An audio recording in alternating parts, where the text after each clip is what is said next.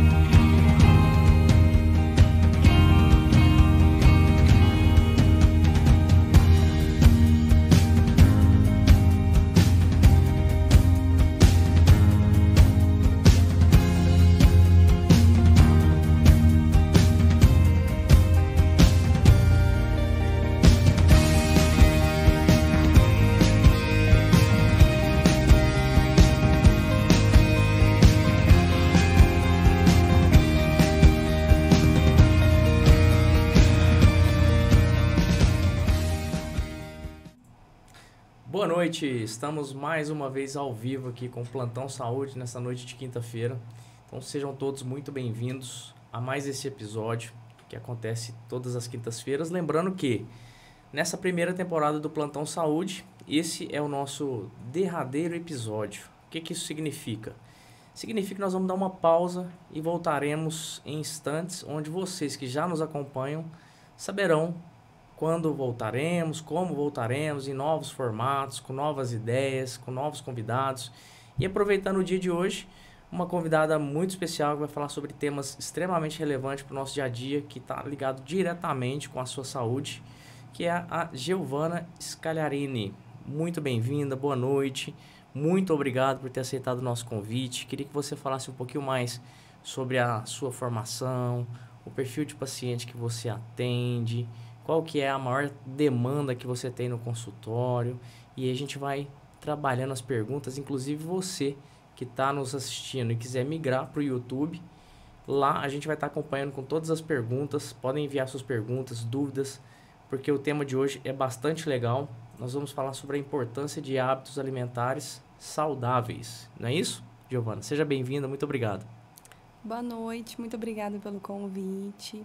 Bom, prazer, eu sou a Giovana, sou nutricionista, formei aqui em Uberaba mesmo, na UFTM, possuo a graduação em nutrição e especialização em saúde da criança e do adolescente. Hoje, embora eu tenha especialização em saúde da criança e do adolescente, meu maior público no consultório é adulto, controle de peso, principalmente pré- e pós-cirurgia bariátrica. Então, assim, atendo, né, um público bem diverso, bem amplo. Inclusive, essa demanda, ela deve ser bastante alta, né? Porque o nível de pessoas que buscam por esse procedimento e que, né, até antes e depois do próprio procedimento, acaba que ele tem uma dependência do nutricionista para repor todos os nutrientes, fazer esse acompanhamento. E como que é no dia a dia essa questão dos pacientes? Tem tido bons resultados? Qual que é a linha de tratamento que você utiliza? É mais voltado para suplementação de vitaminas ou é voltado mais para esse perfil de alimentação? Como que é a orientação que você faz com esse perfil de paciente? Falando especificamente do paciente bariátrico.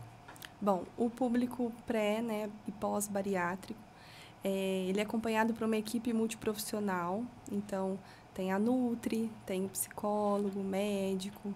E é muito importante o paciente se preparar para a cirurgia, né? Então, ter o acompanhamento psicológico, ele ter o esclarecimento da parte tanto da alimentação pré-cirúrgica, que é importante ele percorrer o processo da reeducação alimentar e depois ele ter o acompanhamento da nutricionista, porque a dieta, ela acontece de várias formas, né? Então, tem a dieta líquida, a dieta pastosa e depois ele volta para a branda normal, que é o que a gente come mesmo, né, no dia a dia. Então, o que eu sempre falo para os meus pacientes é o seguinte, que precisa ter esse acompanhamento nutricional. Eu sempre deixo muito claro os custos que esse pós-bariátrico tem, mas se a gente pensa num paciente que ele toma vários medicamentos ao longo do dia, né?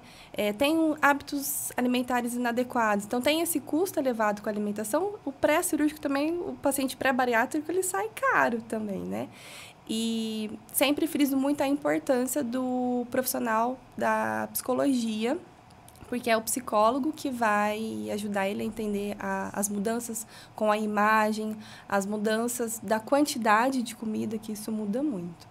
Até porque existe um processo meio que psíquico para que essa mudança ocorra, não é isso? E aí esse acompanhamento ele vem desde antes para pré-operatório e levar esse paciente para um nível de consciência maior até que para refletir isso no pós-operatório. E essa mudança, ela depende de um tempo para que isso vai acontecendo. Por exemplo, eu vou fazer uma cirurgia em setembro. Estamos há 2 meses praticamente. Quanto tempo esse paciente precisa tomar esses cuidados, tanto com o psicólogo, também com a alimentação? Bom, o ideal, no mínimo, lógico, porque quando a gente pensa no público pré-bariátrico, é um paciente que ele sempre teve uma guerra com a balança. Então, é um paciente que ele já tentou emagrecer de diversas formas, de um modo geral. Quando a gente pensa no público assim, que já procurou nutricionista, muitas vezes fez uso de medicamento para emagrecer, às vezes até conseguiu, mas não conseguiu manter o peso adequado. E também tem um público que não é só por conta do peso, mas sim por motivos de saúde. Então, ou ele faz a cirurgia para ter essa correção, né? Ou, às vezes, acaba complicando. E o ideal é que esse paciente ele se prepare, ou seja, ele tenha a ciência de uma reeducação alimentar, que ele já tentou, que pela alimentação não deu certo, através da alimentação e atividade física. A atividade física ela é indispensável. Então, não é algo que, resolvi fazer a cirurgia, né, e tá com tudo pronto dentro de 1 mês. Às vezes até consegue, mas não é um período que, se a gente pensar assim, em amadurecimento de ideia e para o paciente digerir todas essas informações, que a vida dele vai mudar, a alimentação vai mudar. E mais do que isso, né, ele precisa mudar também os pensamentos, na verdade, a relação com a comida. Muitos, no pré-bariátrico, eles canalizam as emoções na comida. Então, tá feliz, acaba comendo, tá triste, tá comendo. Então, é a principal fonte de prazer. E no pós-bariátrico, não tem mais essa opção, por uma razão muito óbvia, porque não vai caber no estômago. Então... Fisiologicamente falando, é impossível, né? Ele vai ter essa sensação de saciedade, então ele não vai conseguir descontar, até porque ele não vai ter esse apetite. Então, a própria cirurgia, ela faz com que esse paciente tenha essas sensações, seria isso? Exato.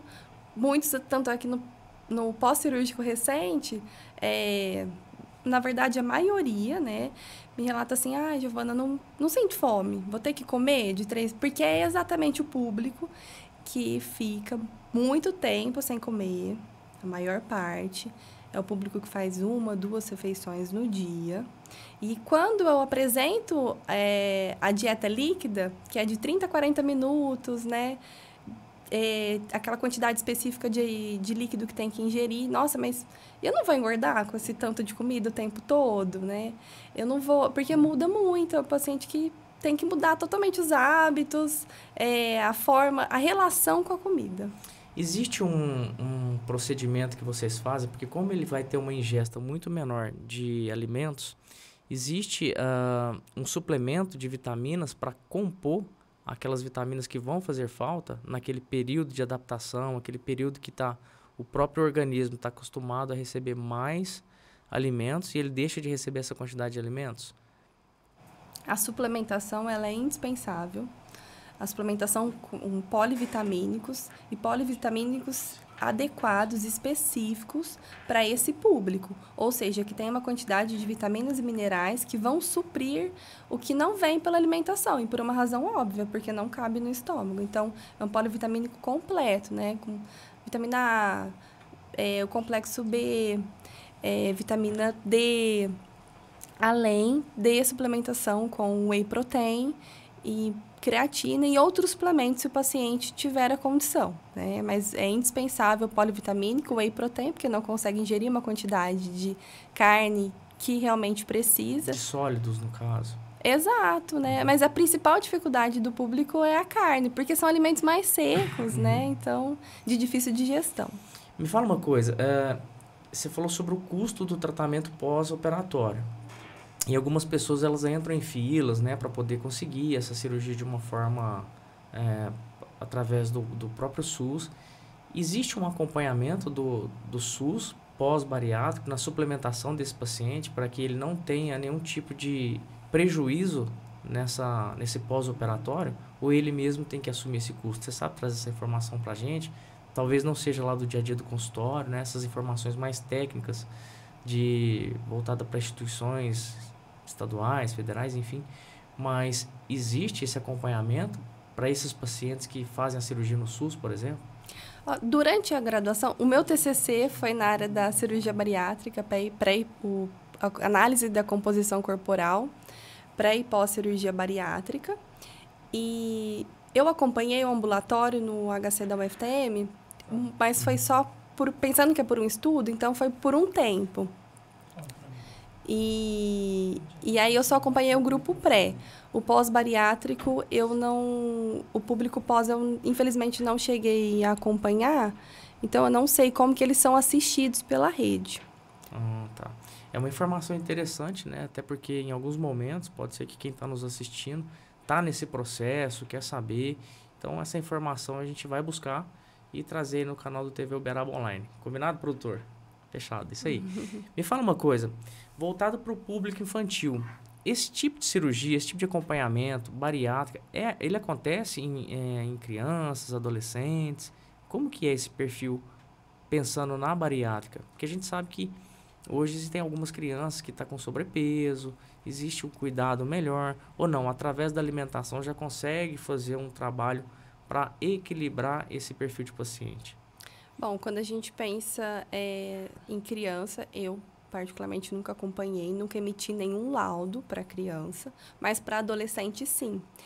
E é que eu até comento no dia a dia com outros profissionais da área da saúde, né, que tem me chamado muita atenção, que cada vez está aumentando o público mais jovem e quando eu emito laudo, né, para cirurgia bariátrica. Então, lógico que quando a gente pensa em alimentação saudável, a gente pensa desde o início, desde a introdução alimentar. Então, evitar o sobrepeso, evitar a obesidade, consequentemente as doenças associadas. E isso tudo a gente consegue evitar com a alimentação, né? Então, de criança realmente eu nunca laudei, mas de adolescente sim, e tem me assustado, né, ao número de laudos que eu tenho que fazer com um público cada vez mais jovem.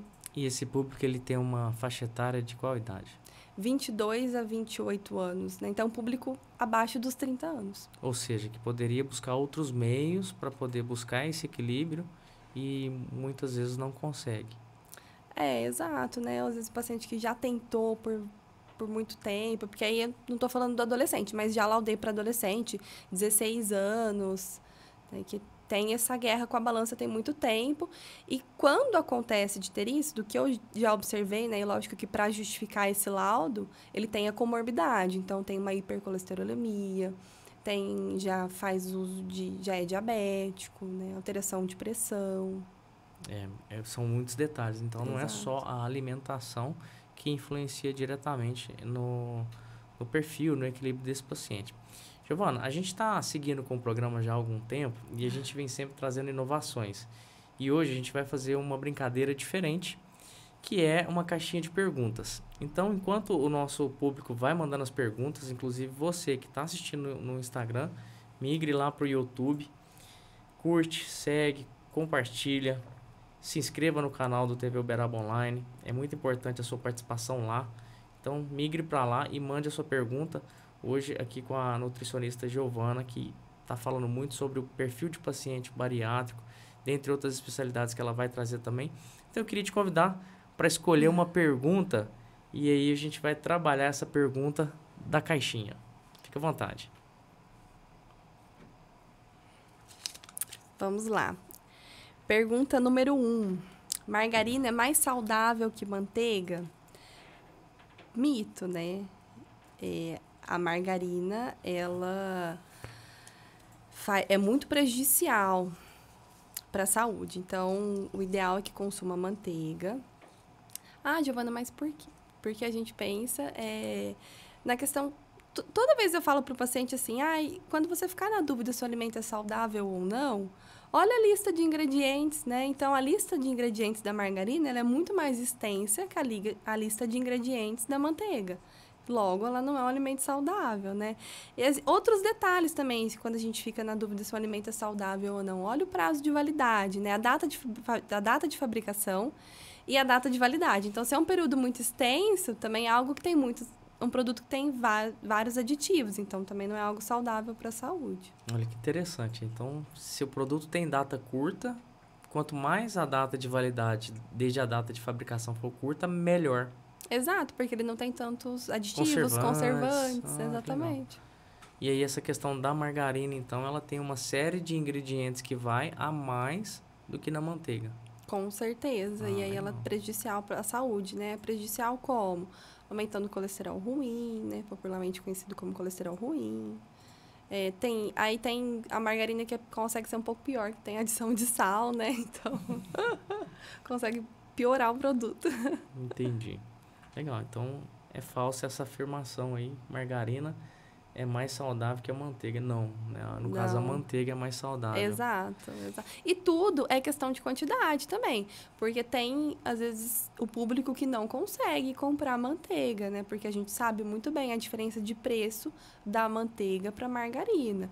E tudo é questão de quantidade também, porque... A manteiga é mais saudável? Ela é mais saudável, mas se você for comer um pote de 250 gramas, não vai ser saudável também, né? Então é outra dica, né? Se o preço for maior, o produto é melhor. A qualidade é melhor ou não? Nem sempre. Nem sempre. Legal. Maravilha, eu gostei. Vamos pegar outra? Legal. Vamos lá. Pergunta número 3. Essa é super legal. Beber água com limão pela manhã desintoxica o corpo? Nossa, essa falso. Eu já ouvi falar demais sobre essa técnica. Super falso, porque além, assim, se você tiver uma predisposição à gastrite, você vai ter uma bela de uma gastrite. E aí, assim, o que desintoxica o corpo é você beber a água na quantidade adequada. Eu sempre calculo para o paciente no consultório quanto que é o adequado para ele naquele momento, porque varia com peso.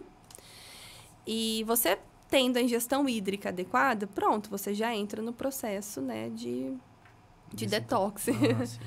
E também não adianta você ficar lá tomando água com limão de manhã, em jejum, e ter uma alimentação totalmente desequilibrada, né? Então... Achando que o limão com água vai salvar tudo. Exato, né? E aí fica horas e horas sem comer, faz uma alimentação em grande quantidade, com excesso de gordura, zero em fibras, não come uma alface, um tomate. Então, é um compilado. E então, é falso. É falso. Mito, beber água. Nossa, e essa técnica eu já ouvi falar demais. Inclusive, já vi pessoas fazendo, já vi pessoas orientando outras a fazer também sobre essa técnica aí. A água, aproveitando o ensejo dessa pergunta, essa é uma outra pergunta interessante. A água tem um nível de pH. E a gente sabe que outros líquidos, como o refrigerante, também tem outro nível de pH. E o sangue também tem um nível de pH. Então, precisa tudo ter um equilíbrio, né? Do pH da água, com o pH do refrigerante, que é super baixo. Até alguns casos que falam que a gente tem que tomar 32 copos de água para 1 de refrigerante, para equilibrar esse pH. Existe alguma técnica voltada ou algum nível de dicas que você quer passar para esse perfil de informação? Se isso é verdade, se isso é uma pergunta que não está na caixinha, é uma pergunta minha. E se você acredita que isso faz sentido, se não faz sentido, se é irrelevante, o que você me diz sobre esse caso específico? Faz super sentido, voltando para o público principalmente bariátrico, porque eles não conseguem, tem um pH específico que fica dar melhor palatatividade para eles, né? Então, é um pH que não pesa no estômago, não dá aquela sensação de empazinamento, isso é verdade mesmo. E em relação, por exemplo, é como se fosse para diluir o refrigerante, né? Isso. O tanto de aditivos, quando a gente não para pensar de aditivos... Açúcares. De açúcares, nossa, corante que tem, extremamente prejudicial, né? E às vezes o paciente acha que beber o refrigerante zero é a salvação e que poderia tomar em grande quantidade.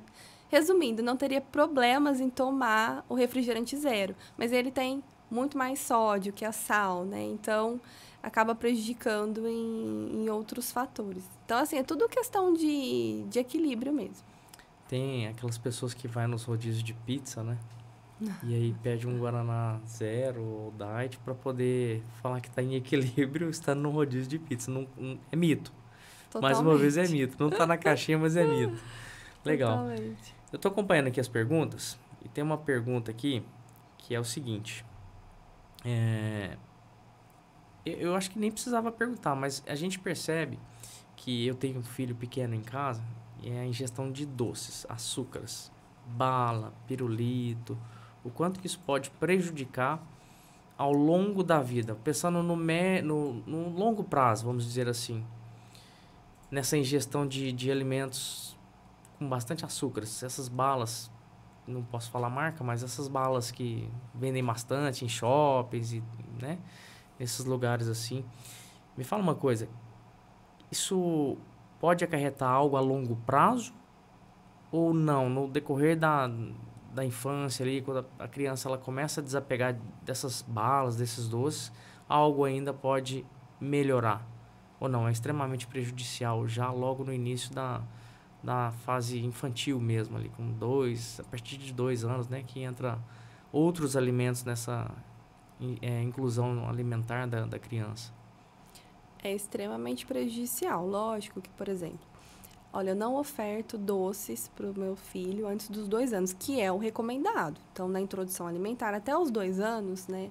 O máximo que puder fazer para assegurar a oferta de doces e alimentos embutidos, que os embutidos são salsicha, nuggets, steak, presunto, peito de peru, antes dos 7 anos, que é o indicado, né?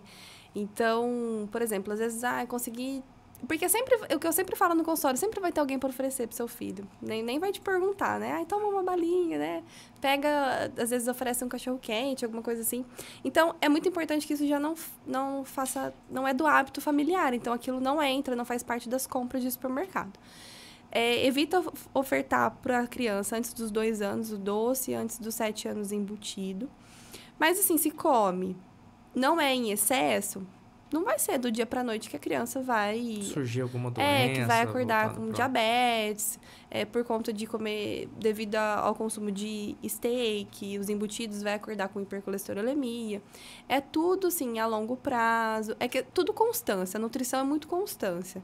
Que é o mesmo que eu falo para o paciente que busca o emagrecimento. Então, que inclusive eu oriento, tem uma refeição livre na semana. Ela é importante para não ser restritivo. Não vai ser uma refeição livre você participar de um evento em família, uma festa que vai te voltar, né, para a obesidade. Mesma coisa a criança. Se já não é do hábito familiar trazer aqueles alimentos, o alimento ultraprocessado, né, os alimentos ricos em açúcares, não vai ser prejudicial. Mas tudo depende muito, assim, também, se não tiver predisposição, né? Legal. Agora uma pergunta do nosso ouvinte, Cristiano. Cristiano pergunta o seguinte... Qual a estratégia, se existe, para lidar com o desejo de comida no período noturno? É aquilo que você falou no início, né? Eu acredito que seja. As pessoas elas querem descontar algo na alimentação. Às vezes a própria ansiedade, a dificuldade de dormir leva esse perfil de paciente a buscar uma alimentação noturna. Seria isso? Como que faz para lidar com esse desejo? Existe alguma técnica, alguma dica? Às vezes, colocar os alimentos piores, mais profundos da geladeira e os melhores mais para frente, como frutas, enfim. O que você me fala sobre essa pergunta? Bom, o paciente que às vezes tem essa compulsão por doce, se a gente pensa em qualquer período do dia, mas principalmente à noite, é um indicativo de que está com água, está ingerindo uma quantidade de água abaixo do adequado.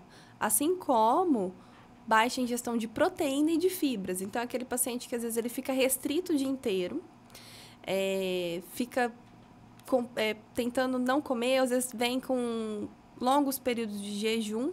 Aí chega à noite, onde é a hora que ele quer o comfort food. Então, ele vai jantar e depois ele quer o doce. E aí come um doce, aí, nossa, mas eu passei por isso hoje. Aí vai lá e pega uma fileirinha da barra de chocolate. Mas aí lembrou de outro acontecimento. Aí quando vê, já comeu a barra toda. Então, estratégia, não ter em casa, né? Primeiro de tudo tenha acompanhamento pelo profissional da área. Então, se certifique que você está bebendo a quantidade de água adequada, que a sua alimentação é equilibrada, tem quantidade de fibras e proteínas adequada para o seu peso atual, né? Não fique comprando esses doces, porque não é só crianças. A gente sabe que tem em casa, a gente vai querer comer, não adianta, né? Então, evita ter esses alimentos em casa e não deixar de fácil acesso mesmo. Quando o paciente, às vezes, ele quer comer, por exemplo, uma bolacha, porciona aquela quantidade, ou um alimento que ele gosta muito, pode ser até um chocolate, porciona e vai para outro cômodo, não come o porcionado mais o pacote de fundo, porque é muito psicológico, né? O psicológico, ele vai querer ver o fim daquilo, então vai comer tudo. Você me falando dessa forma, eu lembrei do chocolate Bisa, porque ele é altamente intuitivo, né?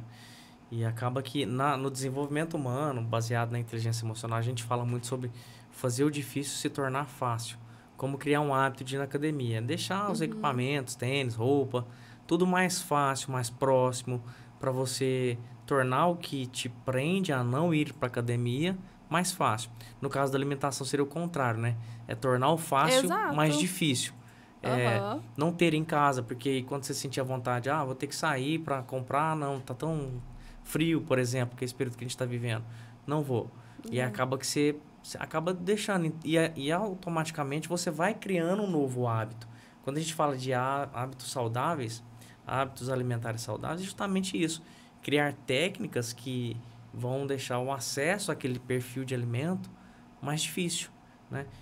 Ele ainda pergunta o seguinte: tenho que ficar preocupado com pesar todos os alimentos que consumo? Porque a gente vê bastante isso, né? Quem entra numa dieta, quem faz uma atividade física mais intensa, quem busca um perfil de como que eu vou te dizer? Profissionais de alta performance, aqueles que jogam futebol, para esportes de alto rendimento e tudo, eles sempre fazem, né? Compram até uma balancinha específica para pesar esses alimentos e vai ao longo do dia alimentando e pesando. No caso de uma pessoa comum, com rotina comum, ele também precisa estar pesando esses alimentos? Seria ideal? O que você me diz sobre isso? Quando a gente pensa na nutrição esportiva, é muito importante você ter a exatidão do que você está consumindo. Então, eu sempre oriento o paciente a pesar, sim, os alimentos. Quando eu penso no público que quer o emagrecimento, aí depende muito do paciente. Tem paciente que, quando eu falo assim, como você pretende se organizar? Vai ser através de medidas caseiras ou você pretende pesar a sua comida? Às vezes o paciente ele tem aversão à balancinha, aquela balancinha branca de precisão, né? Mas, com o tempo, a gente consegue conquistar esse paciente para pesar a comida. Se o objetivo é emagrecimento, então, ele fez os ajustes através das medidas caseiras. Mas, aí gostou do resultado. Aí ele fala assim, Giovana, como que eu posso melhorar isso? Eu falei, vamos pesar a comida? Porque aí, quando a gente pesa 100 gramas de carne, é muito diferente de uma unidade grande de carne. Uma unidade grande, para mim, é diferente de uma unidade grande para você, né? Então, lógico que quando o paciente ele não está disposto a pesar, às vezes não quer, às vezes já teve tem um certo trauma, né, da nutrição e da balancinha, a gente consegue ótimos resultados através de medidas caseiras também, de porções caseiras. Então, depende muito do público. Tudo é um processo. Então, esse processo ele vai acontecendo passo a passo, até que a pessoa consiga, né, entender como positivo aquele pesar comida. Porque, às vezes, a própria mente fala, não vai pesar não, vai sem pesar mesmo, porque é uma forma de sabotar aquele processo que está sendo criado. E é importante também essas dicas. E eu estou percebendo também, Giovana, que o paciente do nutricionista, de forma geral, cada caso é um caso, é muito específico. Muito. Então, assim, tudo depende muito daquele perfil de paciente, daquela rotina, daquele hábito que ele tem, talvez do peso, da altura. Então, tudo é muito do perfil do paciente. Então, não tem nada muito exato dentro da nutrologia.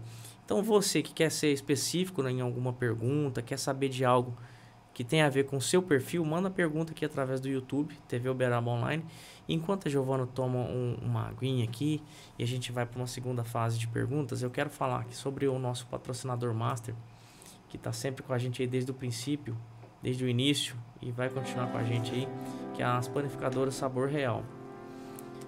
O Júlio, que é o nosso parceiro lá, sempre com muito cuidado, porque ele sabe que o público dele é bastante exigente, então todos os produtos que eles fazem lá é de extrema qualidade. A gente percebe que são produtos feitos por família para família. Então a Sabor Real está localizada em 2 lugares, 2 endereços em Uberaba, que é uma unidade ali na Avenida da Saudade e a outra unidade na Leopoldino de Oliveira, amplas com estacionamento, então você tem fácil acesso aí às lojas e, lógico, né, produtos maravilhosos lá, tanto os doces, salgados, pães. Sigam aí nas redes sociais para poder fazer sua encomenda, seguir lá o que tem de novo e de novidade na Sabor Real Panificadoras. Um grande abraço para o nosso querido Júlio aí, que está sempre com a gente aqui. Giovana, vamos mais uma vez para uma caixinha de perguntas? Vamos não é um Instagram não, mas é uma caixinha de perguntas analógica. Pergunta número 6. Comer carne vermelha frequentemente é prejudicial para a saúde? Essa parece que foi eu que perguntei, porque essa resposta muito me interessa. Bom, eu vou responder se ela frequentemente é prejudicial para a saúde. Eu vou responder que é falso quando é um indivíduo pensando no indivíduo saudável, tá? Então, se eu pensar num paciente eutrófico, saudável, que ele não tem nenhuma alteração de saúde, os exames estão tudo certo, né? Não é um paciente oncológico, então não é prejudicial. Tudo tem a quantidade certa e o mais importante é que essa carne não seja gordurosa, né? Então, às vezes até come em pequena quantidade a carne vermelha, mas é uma carne com muita gordura, então aí sim vai ser prejudicial. Como na nutrição, cada caso é um caso, né? Exatamente. Então, para ser bem específico, precisa ser um perfil de paciente específico para que a Giovana consiga trazer essa resposta com mais precisão. De forma geral, a carne, inclusive, ela é um alimento extremamente necessário para algumas vitaminas. No caso Sim. da B12, seria isso? Exatamente. Da vitamina B12, né? Ela é muito importante, que é o que fica, muitas vezes, deficiente no público vegetariano, público vegano, né? Esse público, ele tem uma forma de suplementar essa falta da B12, por exemplo, na carne vermelha? Através de proteínas vegetais, folhosos, mas é um público que a gente nunca descuida de exames, né? Parâmetros bioquímicos, a gente sempre fica de olho em B12, ferritina, e aí a gente repõe através de vitaminas. Quais são essas proteínas que o vegano precisa ou tem que ingerir? Geralmente, quando eu atendo um paciente vegetariano, eu capricho muito tem que bater, na verdade, né? A ingestão de proteínas através das leguminosas. Então, se eu penso no público vegetariano, ele consome leite, ovo, e aí fica uma quantidade maior de leguminosas. Então, sempre tenho feijão e uma salada de grão de bico. Sempre tenho feijão e uma salada de lentilha, salada de ervilha. Olha que legal. E pro vegano propriamente dito? Porque o vegano é aquele que não ingere nada derivado do animal. Seria isso? Exato. E aí fica mais restrito, porque não consome o leite, não consome o ovo. E aí a gente também acaba, às vezes, muitas vezes suplementando, se tiver faltando, né, no exame de sangue. E também capricha nas leguminosas. Nos lanches, a gente sempre dou dicas de colocar algumas preparações com, por exemplo, com grão de bico, com a lentilha, com a ervilha. Dá um pouco mais de trabalho, mas dá pra gente... a gente consegue suplementar através da alimentação, não é algo impossível. Me fala uma coisa, aquele perfil de paciente que ele tem uma ferritina alta e alto consumo de carne vermelha, existe alguma, além, lógico, né, de reduzir a quantidade de consumo de carne vermelha, existe algum outro método ou estratégia para reduzir esse nível de ferritina? Sim, a gente sempre orienta o paciente a diminuir o consumo de folhosos escuros. Então, por exemplo, couve, os legumes, brócolis, beterraba. E evitar o consumo de vitamina C logo após o almoço, porque a vitamina C ela ajuda na absorção de ferro, né? Então, às vezes o paciente ele faz a alimentação, realiza a refeição e sempre tem o hábito de tomar um suco de laranja ou chupar uma laranja. E aí, para o paciente que apresenta a ferritina alta, a orientação é não consumir essa fruta. Então, todas as frutas ácidas, ela faz essa absorção de ferro, como abacaxi também, limão. Melão, abacaxi, laranja, tangerina, kiwi. Interessante. Vamos lá para a caixinha de perguntas? Puxa mais uma aí, vamos ver qual que é essa pergunta. A gente separou algumas perguntas, pessoal, porque a gente precisava ser específico, lembrando que o paciente da nutrição ele é muito amplo. Então, para ter especificidade, lógico, precisa passar por uma consulta. E a doutora Giovana vai deixar aqui ao longo da sua apresentação os seus contatos, né, o seu Instagram, para vocês seguirem, acompanhar as dicas. Então, no aspecto geral, a gente está fazendo essa estratégia das perguntas para ser mais específico aí com as respostas da Giovana. Bom, pergunta número 8. Pular o café da manhã pode levar ao ganho de peso? Se o paciente ele não realiza o café da manhã e ele consegue controlar muito bem, mas tem em mente que depois vai almoçar, muitas vezes o paciente ele fala assim, Giovana, eu não consigo tomar o café da manhã, eu tenho náusea, posso até vomitar. Então, não vai forçar, não é a todo custo que a gente tem que comer. Mas aí já tem em mente que, então, vai almoçar, ok. Aí outra pergunta que eu sempre faço, mas você chega com muita fome no almoço? Porque se for para pular o café da manhã, porque às vezes não consegue se organizar, eu consigo dar uma ideia prática, nem que for uma fruta, um iogurte. Porque se for para chegar com muita fome na próxima refeição, comer tudo desordenado, em grande quantidade, e às vezes nem mastigar direito, e aí sim pode te levar ao ganho de peso. Então, pular o café da manhã pode levar ao ganho de peso? Depende. Depende. Depende. Cada caso é um caso. Depende. Se você conseguir depois ter em mente que, não, Giovana, eu consigo almoçar bem, com calma, mastigar muito bem os alimentos, não exagero nas quantidades, tudo bem. Tem paciente que não consegue realizar o desjejum, passa mal. Agora, se talvez por falta de organização, de tempo, aí não tem nem em mente qual é o horário da próxima refeição, vai comer só 4 da tarde, e aí não é nem almoço, nem um lanche, nem uma janta. Aí leva ao ganho de peso, sim.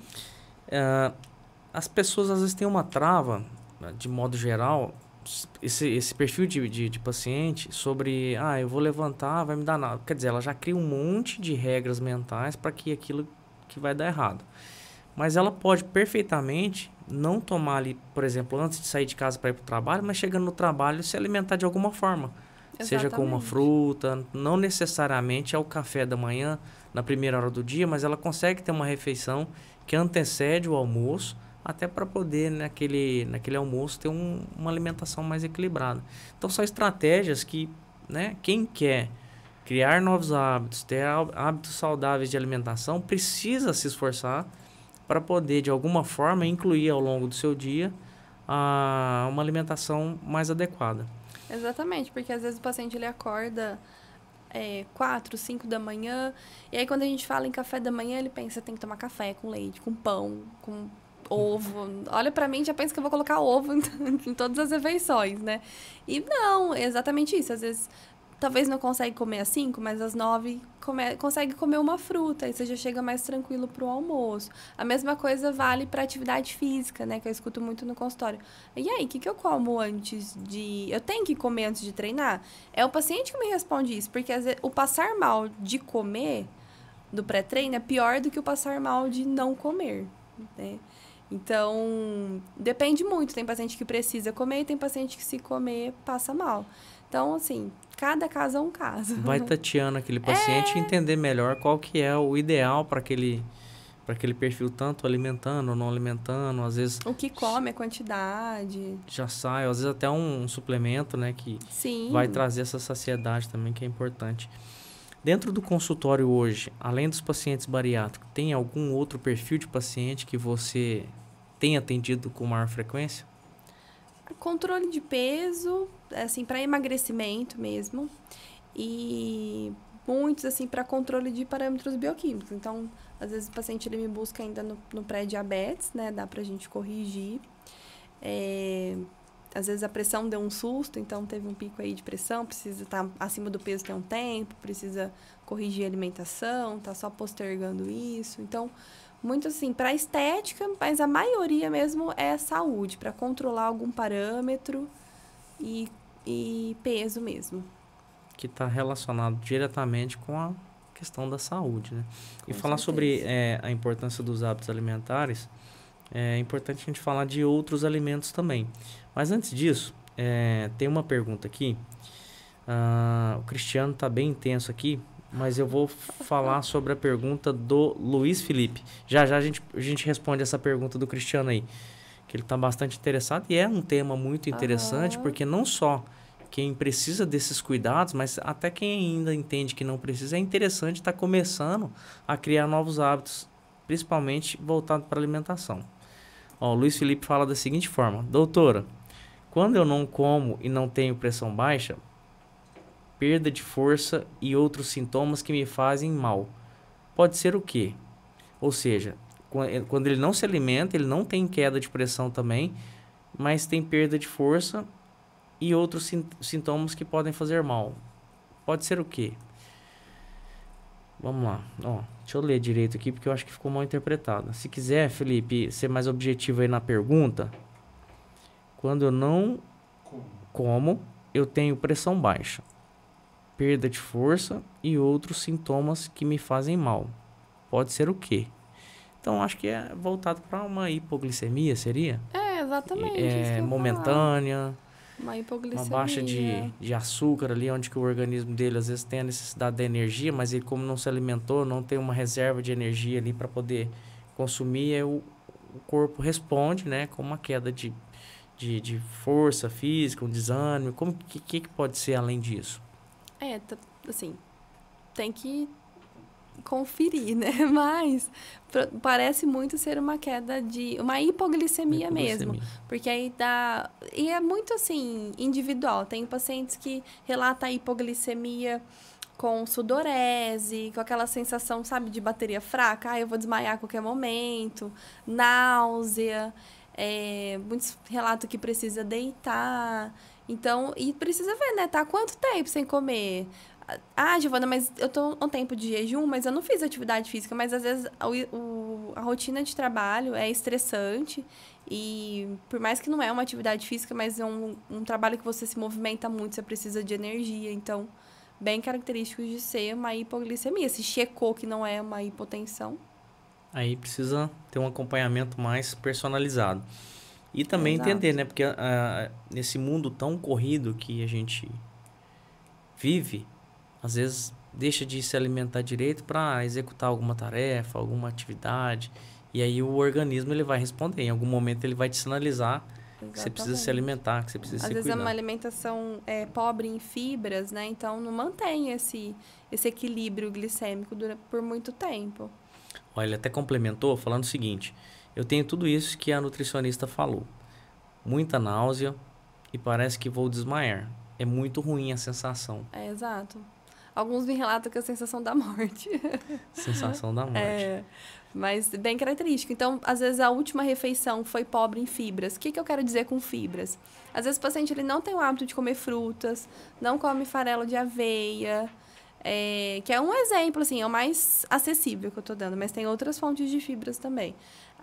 Nas principais refeições, é um prato, assim, pobre em cor, é só um carboidrato e a proteína, não tem legumes, não tem uma folha, né? Então, tudo isso não tem o equilíbrio da glicemia. Então, ficou muito tempo sem comer, ela vai cair mesmo.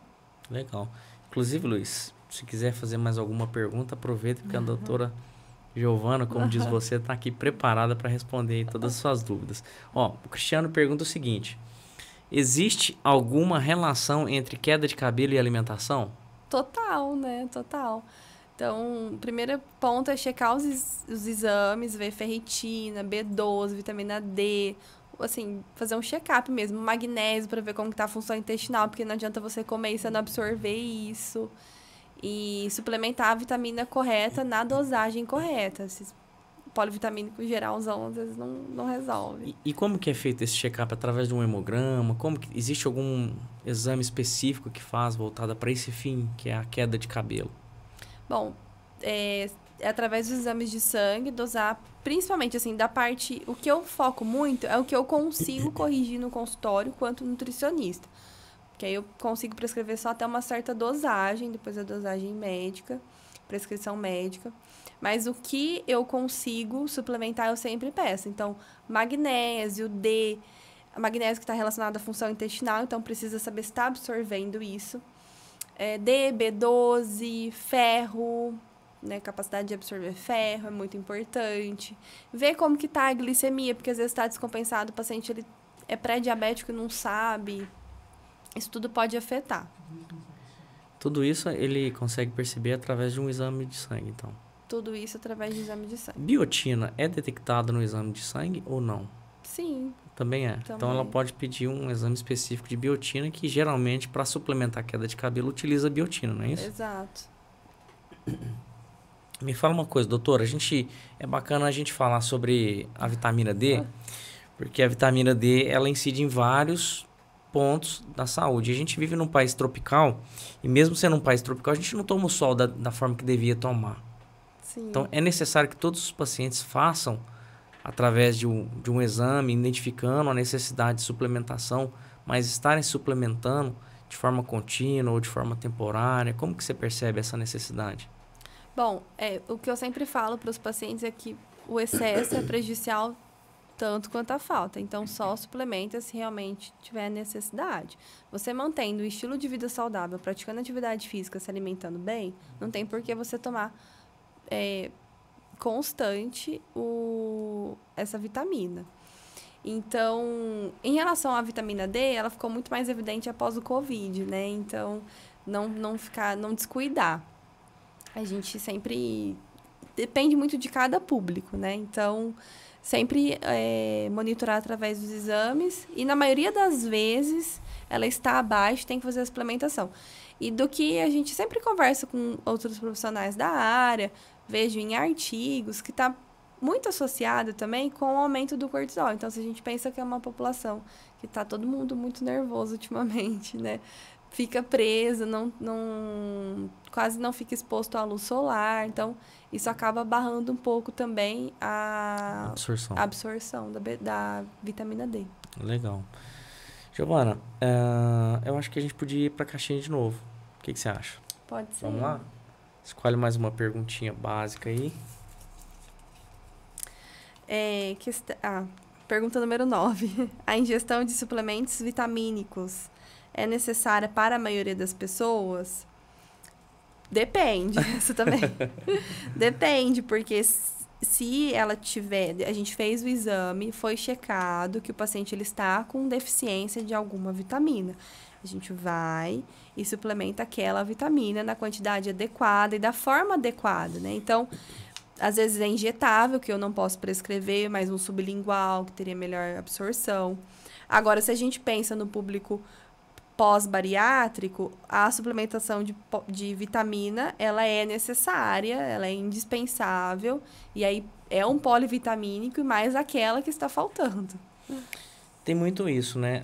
As pessoas, às vezes, têm um hábito alimentar que é voltado para um gosto específico, e aí, de repente, esse gosto específico alimentar não vem com alguns nutrientes, por exemplo. E quando você vai fazer um hemograma, puxar o que está faltando, o que tem em excesso, você acaba observando através desse exame um excesso de algumas vitaminas e a falta de outras vitaminas. Exato. Acontece bastante de ter esse perfil de paciente? No público que eu atendo, não, porque eu faço acompanhamento de nutrição esportiva, acompanho o paciente para hipertrofia, sim, mas geralmente é o público que ele é, assim, acompanho vários atletas também, mas não é o maior público. Esse público que geralmente vem com excesso de vitaminas, de algumas vitaminas e deficiências de outro. Porque, além da alimentação, é o paciente que tem aquela lista de manipulados, né? Então, ele toma muitas vezes sem ter checado se tem a necessidade e continua tomando para ver se atingiu aquela dosagem. Às vezes está hiperdosagem e está sem monitoramento. Então, precisa fazer realmente esse acompanhamento de perto. É importante. O Pedro Lima deseja boa noite para nós, para mim e para você, né? E toda a equipe aqui. E fala que o nosso podcast aqui, o episódio de hoje está incrível. Então, provavelmente ele está aproveitando bastante lá com todas essas informações. O Luiz Felipe está sendo muito inteligente aqui, está aproveitando bastante a sua presença. E ele fala o seguinte: Giovana, eu estudo de manhã, na parte da tarde eu fico na escola, porque eu faço parte de um grêmio lá da escola, e eu sempre tenho que levar uma bolacha de água e sal, porque se eu não comer, minha pressão baixa. Então, ele já sabe dessa necessidade que ele tem, ele está até aproveitando e fazendo uma consulta online, mas nós estamos aqui para isso mesmo, viu, Felipe? E ele pode levar frutas, né? Algo que é voltado para fibras.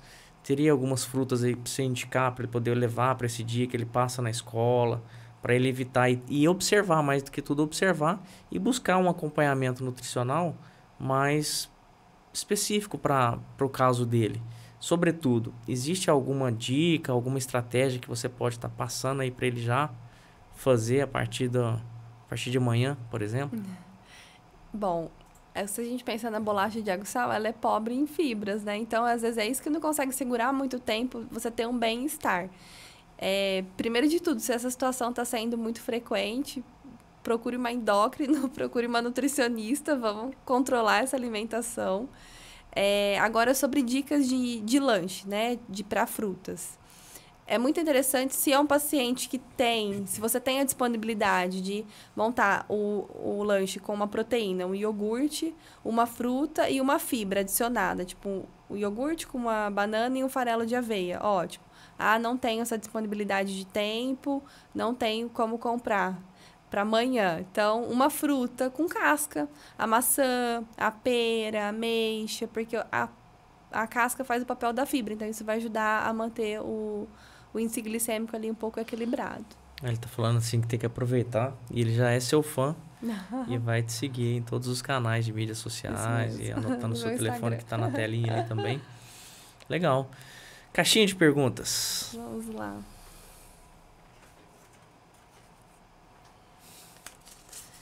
Pergunta número 10. Comer pequenas refeições ao longo do dia é melhor para o metabolismo do que 3 grandes refeições? Verdade, essa é verdade. É muito importante fracionar as refeições ao longo do dia. Dessa forma, o paciente não tem gatilho para ter a compulsão alimentar, porque se você está muito tempo sem comer, acontece uma situação que você fica muito triste ou muito feliz, você vai lá e vai querer comer em grande quantidade. Às vezes você nem está mais sentindo o gosto daquilo, né? Já está super satisfeito e continua comendo. E aí isso leva ao ganho de peso, que é ao contrário que muita gente pensa, que o jejum, ficar muito tempo sem comer, isso leva ao emagrecimento. Muitas vezes é ao contrário, na maioria das vezes é ao contrário. Então, fracionar as refeições em pequenas quantidades ao longo do dia é o ideal para o emagrecimento. E, de fato, ele acelera o metabolismo. Do Exato. Que se fosse apenas 3 refeições. Exato. Legal. Interessante essa pergunta aí. Será que tem alguma outra que seja verdade, hein? Vamos aproveitar o tempo e vamos em mais uma? Deixa eu abrir mais uma. Vamos lá. Pergunta número 2. Comer ovos diariamente aumenta significativamente os níveis de colesterol? Eu vou responder que é falso, é mito, pensando no indivíduo saudável, tá? Se o paciente ele é saudável, ele não tem uma hipercolesterolemia, ele não tem uma predisposição genética, e o consumo seja saudável, ou seja, 2 a 3 ovos por dia, contando em preparações, né? Então, que não seja uma quantidade exorbitante, não seja meia dúzia, né? 1 dúzia de ovos no dia. Então, o indivíduo saudável, essa pergunta, ela é falsa. Inclusive, o ovo é um alimento rico em vitaminas, minerais, e ele é muito, muito versátil. Então, Dá para fazer em preparações de café da manhã, às vezes facilita para o paciente levar de lanche. Dá para colocar algumas preparações, tipo crepioca, panqueca de banana, que isso dá saciedade. Uma última refeição antes de dormir. Exato, que fica algo mais leve. Dá para fazer um omelete com uma salada. Porque muitos... Giovana, não tem o hábito de jantar, né? Então... Mas aí quando eu coloco, mas nem um omelete, uma crepioca? Não, isso dá. Pronto, aí o paciente já não fica tanto tempo sem comer. Me fala uma coisa, existe uma ideia básica ou uma técnica para fazer a última alimentação antes de dormir? Quanto tempo antes de que eu me programei para deitar que eu preciso fazer a última alimentação? Existe um período exato, um período preferencial? Como que é isso? Bom, o ideal é, primeiro de tudo, que o paciente mastigue muito bem todos os alimentos e que consuma, faça a última refeição sempre mais leve, aproximadamente 2 a 3 horas antes de dormir. Mas se é um paciente que tem alteração do trato gastrointestinal, então tá com assim, a gastrite, refluxo na fase aguda, então talvez vai ter que ser uma refeição mais leve ainda, às vezes líquido, uma sopa. A recomendação é que seja 3 horas antes de dormir, mas às vezes o paciente ele fala assim, Giovana, se eu comer 3 horas eu ainda passo mal. Então, come um pouco antes, mas assim, dá um intervalo maior de 3 horas.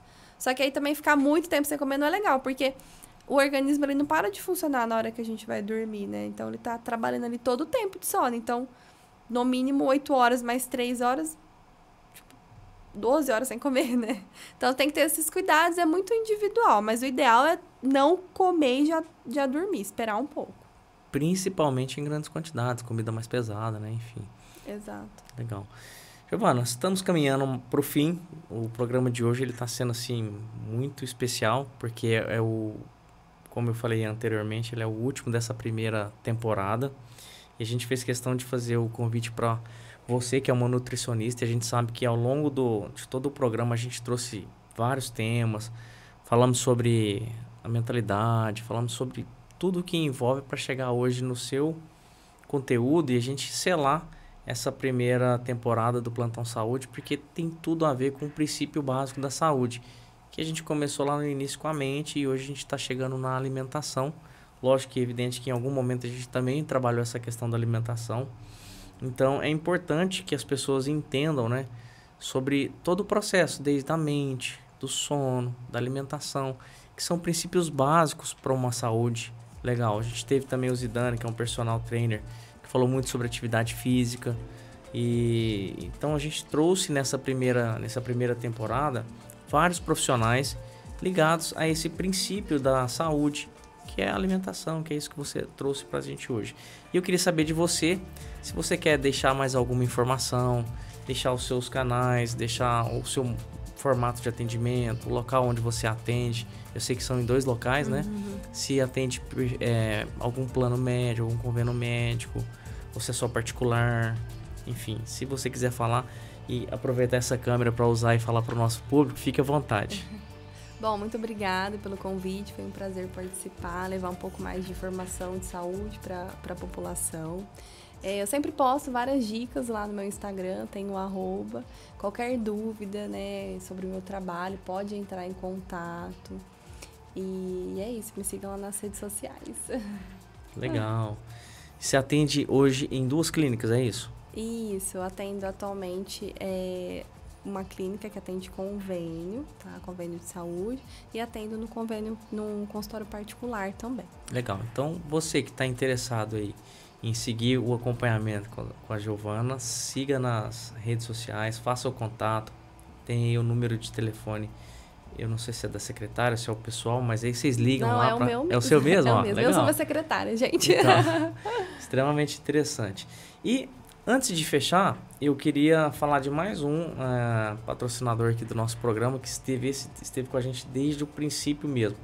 Quando a gente falou que ia trazer esse projeto aqui para a prática, né? A gente falou com o pessoal da Alute Criativos, que eles produzem lá brindes personalizados, canecas, gráfica, adesivos. Então, você que quer levar para o seu consultório também uma caneta, uma agenda, tudo eles fazem lá com o maior carinho, o maior cuidado.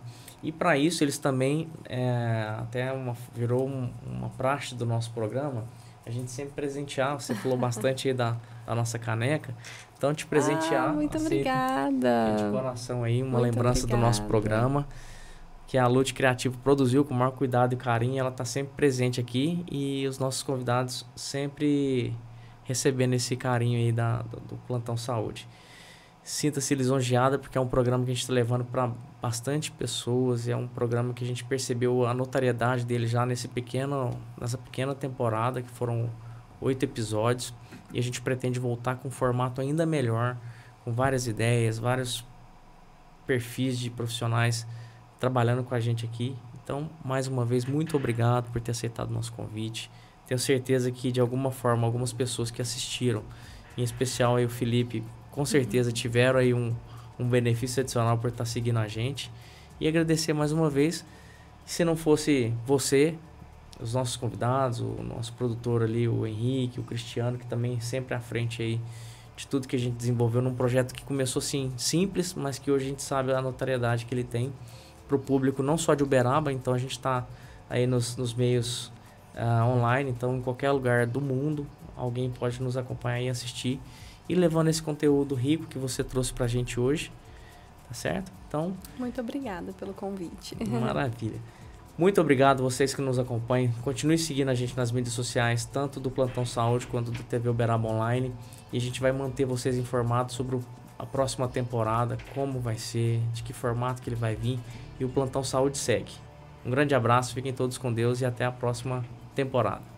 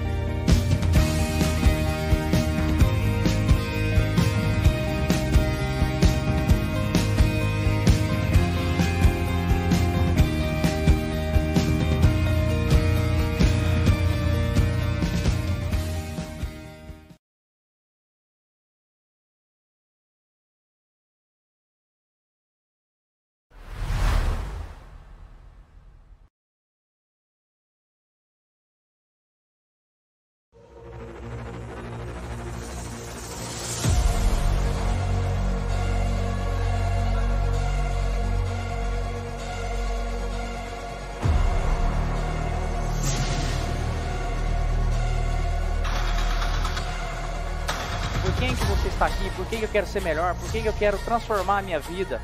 Por que eu quero evoluir? Para quem eu quero proporcionar isso? Para quem eu quero entregar isso que eu estou buscando? Por que eu estou aqui hoje?